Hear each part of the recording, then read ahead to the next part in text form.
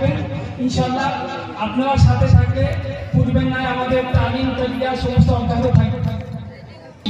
আমরা সবাই যেদিকে 126 যেত যারা বৈঠক শুনিয়েছে, পুরো কোরআন এক জায়গায় বসে শুনিয়েছে, তাদেরকে পাগড়ি দেওয়া হচ্ছে।